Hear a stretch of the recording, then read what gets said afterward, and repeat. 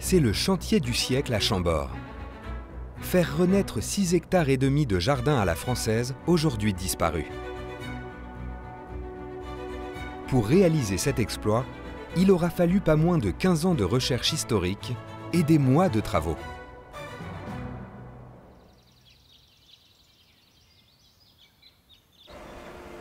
L'esplanade de Chambord, méconnaissable. 12 000 mètres cubes de terre sont charriés, déplacés, nivelés, sous l'œil attentif de l'ingénieur en chef. Et la terre est bonne, il n'y a pas trop de déchets dedans? La terre est bonne, la terre est ici, la terre est bonne. Ouais. On va forcément, si on tombe sur des pierres, on les met. Oui, mais c'est pas... Alors le principe ici à Chambord, c'était de récupérer la terre qui existait. Elle a été malaxée, elle a été travaillée et ensuite stockée sur site. Il n'y a aucun apport de terre qui a été effectué pour éviter tous les allées-venues de camions. Une fois la terre déposée, il faut planter. Plus de 600 arbres en tout, des merisiers et des tilleuls. Pour les jardiniers, le moment est délicat. Il faut être appliqué. Tout doit être parfait. Attends, il faudrait gratter de ce côté-là, on tape dans la butte. Quand on vous voit travailler, on voit que c'est très précis, c'est ça? Ah oui, c'est au centimètre près qu'il faut placer les mottes. C'est par rapport au niveau des sols en fait. La terre doit arriver au niveau du collet, pas plus haut et pas plus bas. C'est la hauteur qu'il faut. On est à 10. 10, ouais. À 10. On est à 10, on est bien. 10 au collier, bon. Les arbres sont ajustés à l'œil. C'est trop. Lâche. C'est bon.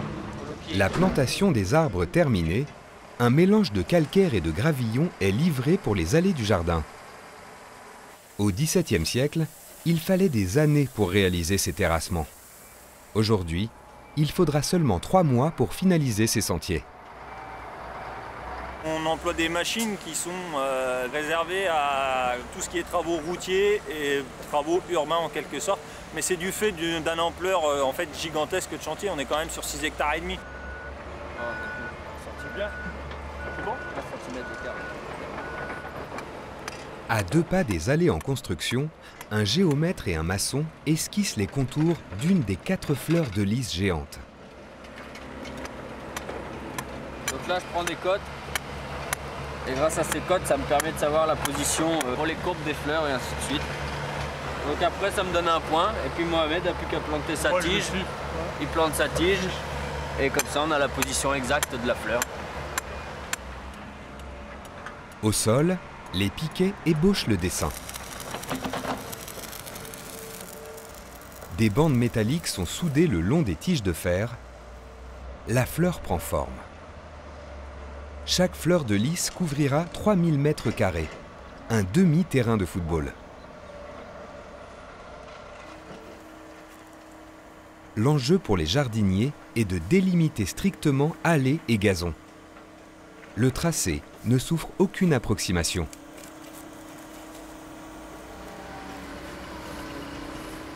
On essaie surtout de ne pas mettre de terre en fait sur le calcaire.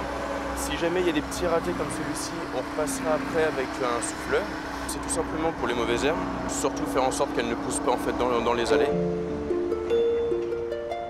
Pendant ce temps, dans l'une des tours du château, l'ingénieur en chef du chantier reçoit la visite du conservateur général du patrimoine. T'as le détail des arbrisseaux ou pas? Le buis, les arbrisseaux, les fleurs et les ifs. Les 2 hommes examinent une archive exceptionnelle qui date de 1749. Et tous les mailles. On a là les allées à ratisser ensablées. Le contrat d'entretien du jardin à la française de l'époque. Tout y est référencé.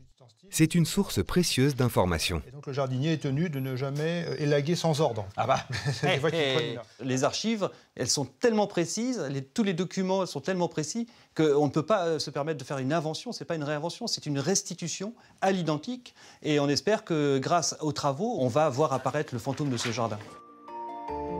Après une plantation hivernale réussie, le domaine de Chambord offre 7 mois plus tard son plus beau visage. Voici la vision qu'avait Louis XV lorsqu'il regardait ses jardins en 1734. Des allées aérées, symétriques, une harmonie parfaite que les visiteurs apprécient. C'est une très belle reconstitution de jardin à la française auquel on a affaire ici. C'est vraiment un très très beau travail. J'avais vu à la télé qu'ils avaient été rénovés et franchement c'est très réussi. Pour le directeur du domaine, ce jardin révèle chaque jour de nouvelles surprises. Moi j'aime beaucoup cet endroit parce qu'on commence à avoir un peu de couleur avec les bordures de thym, les fleurs, les vivaces qui sortent. Et puis il y a cette échappée aussi sur le causson, sur le plan d'eau. Le résultat est à la hauteur du coût du projet, 3,5 millions d'euros. Le château est à présent serti d'un jardin raffiné qui va fleurir et s'épanouir dans les prochaines années.